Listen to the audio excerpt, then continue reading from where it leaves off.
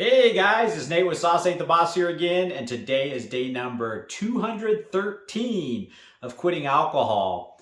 Today I was giving a lot of thought about what finally got me to the place where I was able to put down the alcohol and go 7 months now without it. And single-handedly, the thing that I think got me there the most was finally having the desire to quit drinking more than the desire I had to keep drinking it. You got two sides of you, right? You got one side that wants to keep on drinking because it's comfortable, it's what you've done for so long, it's how you deal with so many things in your life that you don't know how to deal with. And then there's this other side over here of you that wants to quit because you see your health taking a turn for the worse. Your finances are maybe taking a hit from your drinking. You know that it's holding you back from being the best version of yourself that you can be. You want to be better. You don't maybe like the way you're treating other people when you're drinking. There's just so many bad things that you're aware of when you continue on drinking. So there's that side of you that sees all these things and wants all that to get better. And so, it gets to a place where this side that wants to quit has to be more than you want to keep on keeping on drinking. And I don't think you're going to quit drinking until that's the case. Now, sometimes this side that wants to quit drinking gets stronger and bigger because something horrible happens, unfortunately. Maybe you get a diagnosis from your doctor and he says, hey, if you don't quit drinking, you're not going to make it, or it could be something where you do something you can't take back when you're drunk. You say something horrible to somebody, or you do something horrible, or the kind of rock bottom type of situation that occurs that makes you finally, that side gets stronger than the side that wants to keep on drinking. Now, I'm not saying we all have to get to that place where our health goes to total crap or that we do something horrific. I didn't get to that place. I mean, my health was definitely taking a turn for the worse, but I hadn't got some horrible diagnosis or anything like that. I'm just saying those can be some of the motivating things that can get that side stronger. And it's better off if you don't get to that place, if you know what I mean. So the question is, how do I get it? Part of me does want to quit. How do I get that side stronger and kill this other side of me that wants to keep on drinking? And I wish I could say there's some kind of magic pill that makes that happen, but there's not. I think you can, focus in on the side of you that wants to quit drinking more, make that side of you stronger by, there's a lot of things we can do. I used to say to myself, if I quit drinking today, where would I be at in 10 years? Or if I keep drinking, where will I be in 10 years? And kind of looking at those two alternate universes that could exist and where are you going to be? And I know for most of us, the idea of where we'll be in 10 years if we keep drinking the amount that we are isn't a pretty reality.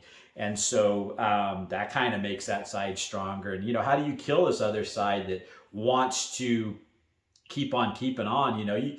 You see that's the side of you that doesn't want really what's best for you. That's not what's best for your health, for your finances, for your relationships, for all these different things in your life that are starting to get worse and worse and worse because of the alcohol. And to be quite honest, it's one of those things where that side of you that wants to keep drinking does start to die. The worse and worse your life gets because of the drinking, and the stronger that side that wants to quit gets because your life is kind of spiraling downhill the more and more that you drink and the longer that you do it for. So it's kind of that natural progression that this gets, it starts to die and this gets stronger for many of us.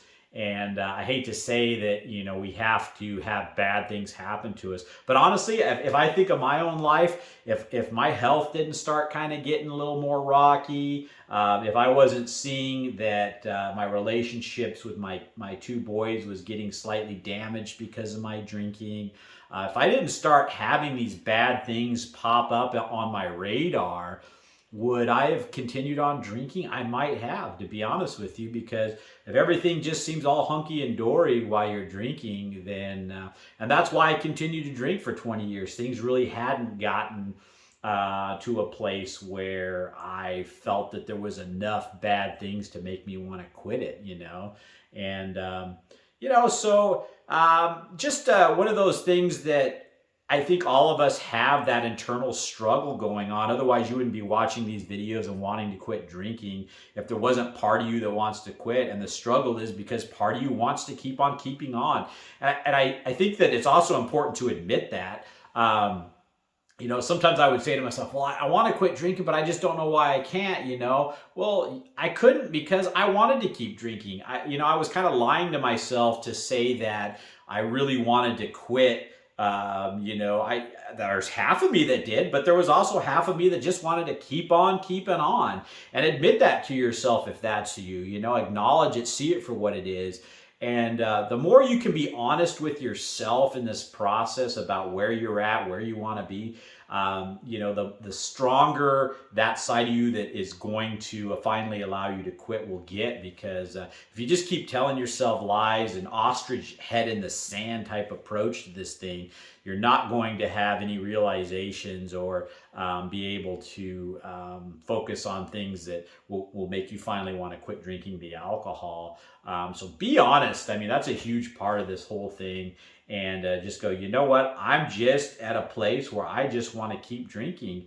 And I wish that wasn't there. I wish that, I could somehow slowly start to kill that side. And just the acknowledgement of that and making that, out there and open, and then, seeing that and wishing it wasn't that way is a start. That's how I was. And I just kept going on, moving on, like being honest, acknowledging it. And then, one day on July 27th of last year, that side of me that wanted to quit finally got stronger than the other side and powered that sucker to the ground. And here I am. And so that's why I keep on saying, don't ever quit trying to quit.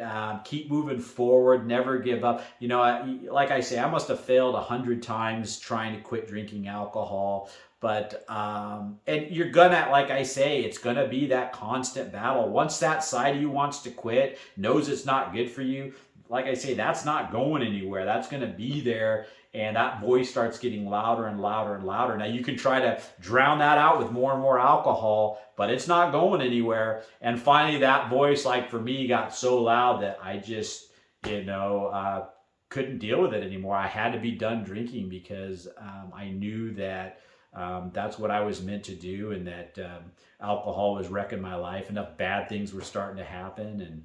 And so yeah, single-handedly, the most important first step of this entire quitting drinking alcohol process is the desire to want to quit drinking it. And that desire has to be stronger than the desire that you have to keep drinking it. And that's the topic for today, guys. So give that one some thought. If you guys are enjoying these videos, please give them a like, subscribe to the channel if you can, and most importantly, remember, sauce ain't the boss, you are. You guys have a great day.